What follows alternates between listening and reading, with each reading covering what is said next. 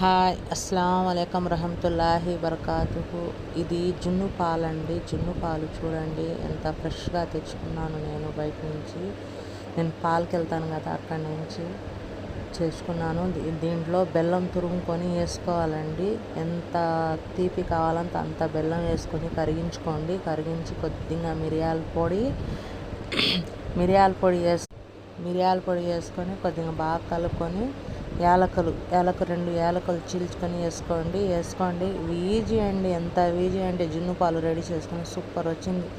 కొద్దిగా కుక్కర్లో నీళ్ళు వేసుకొని ఇలా పెట్టేసి ఒక 3 విజిల్లు వస్తే చాలండి. 1 2 3 చెప్తున్నాను చూడండి. ఇలా 3 విజిల్లు వచ్చేస్తే చాలండి. సూపర్గా ఉందంటే సూపర్. ఒకసారి మీరు కానీ ట్రై చేయండి. నా వీడియో నచ్చితే లైక్ చేసి కామెంట్ చేసి సబ్స్క్రైబ్ చేసుకోండి.